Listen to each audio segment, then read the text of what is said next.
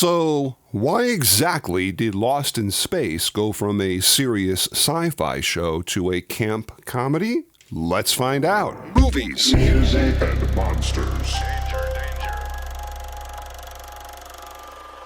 Hey guys, Dan Monroe here from Media Master Design, where we talk about movies, music, and monsters. First of all, I'd like to wish everybody a very Merry Christmas, and I hope everybody had a safe and wonderful New Year. So, Lost in Space ran from 1965 to 1968, and it started off as pretty much a serious space fantasy adventure. And then by the second and third seasons, very quickly evolved into a very campy, silly show. But what was the reason for that? I mean, the real reason. Most people seem to think it was just a sign of the times, the mid-60s pop culture, laugh-in, Batman, campy culture thing. It was a more serious sci-fi show in that first season, and it started turning into the comedy hour after a while. The first season really was aimed at being a family adventure science fiction show, and then there was that period in American culture. It was pop art, it was laugh-in, Batman, the whole camp Andy Warhol period. And the show kind of took a change, more or less became a fantasy. But the problem was, we went from this serious show to this camp comedy, and nobody told me. And to some extent, there may be some truth in that. However, here is the real reason.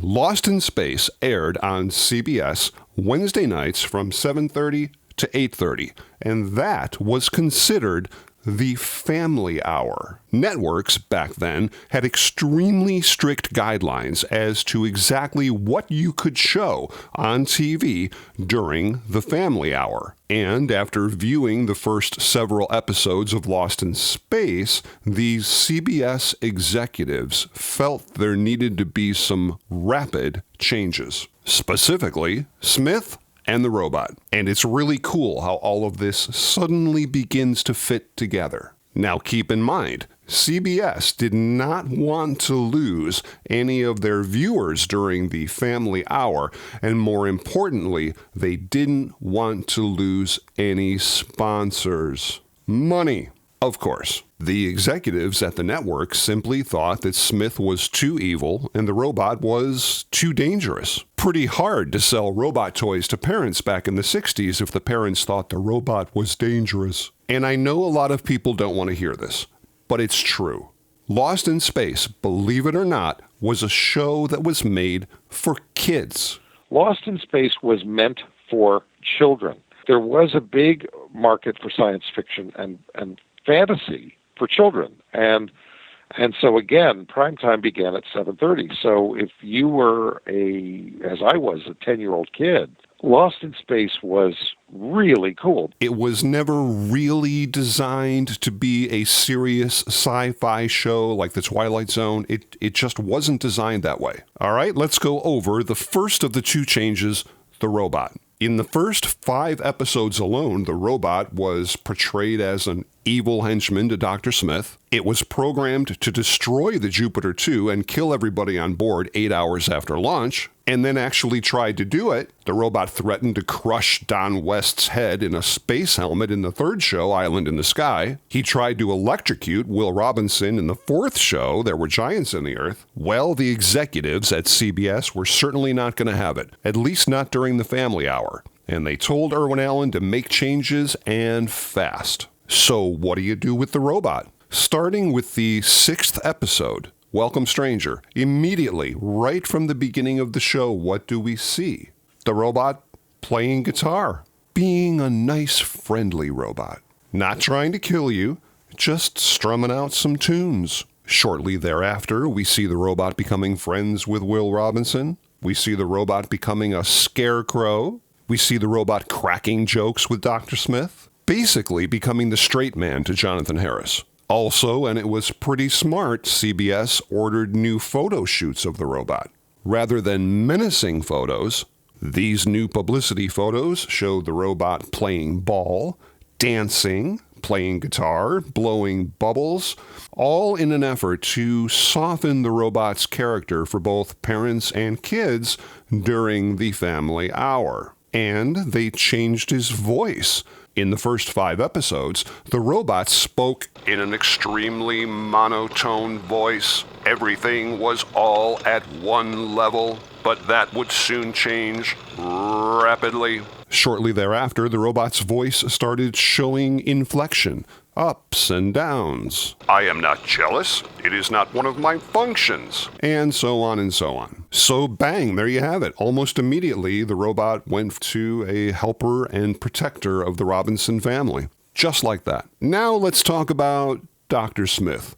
Oh dear, oh dear. CBS went to Irwin Allen and repeatedly told him that the character of Dr. Smith had to be softened down and it had to happen immediately. He had to be a family-friendly character. Now, don't get me wrong here.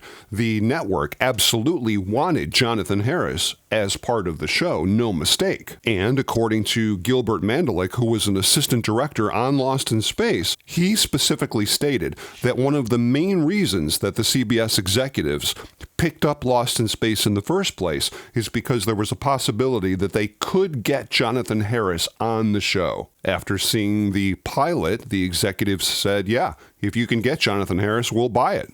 And they did. And almost immediately after the first 5 episodes, the Jonathan Harris, Dr. Smith character began to rapidly change. He immediately stopped trying or talking about killing the Robinsons. He definitely became more cowardly.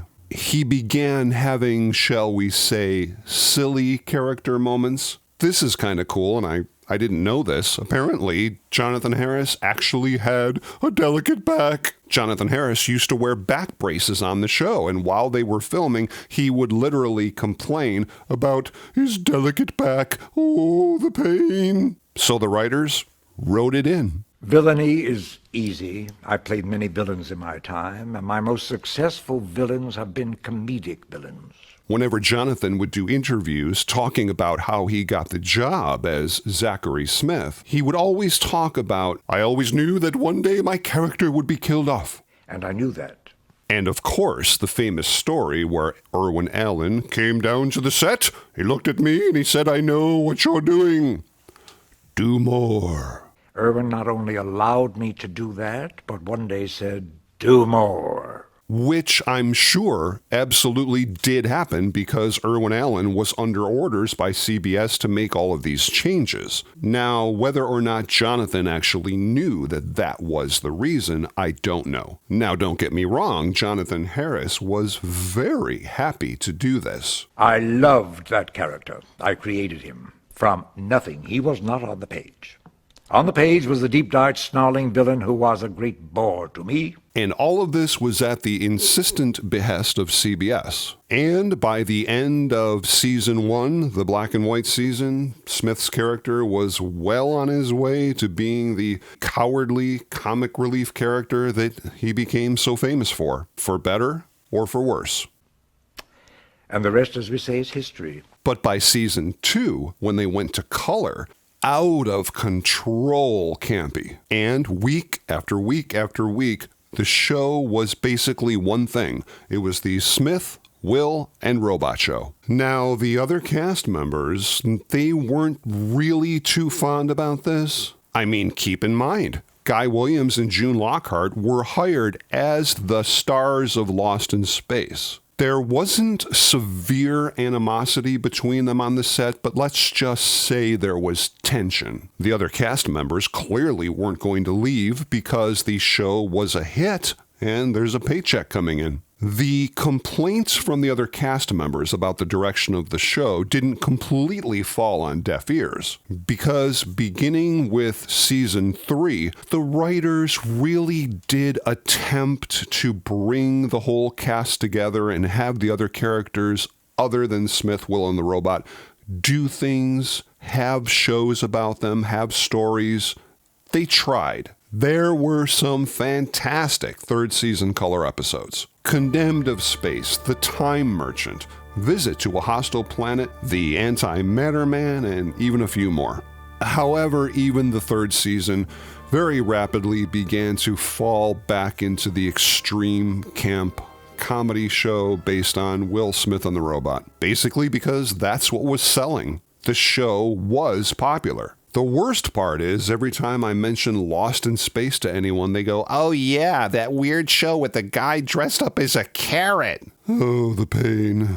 But we still loved it. So that's why Lost in Space changed. It wasn't because it was competing with Batman or the Andy Warhol pop culture stuff. It simply came down to the fact of the time slot. Lost in Space was in a family-friendly time slot, and the shows had to represent that.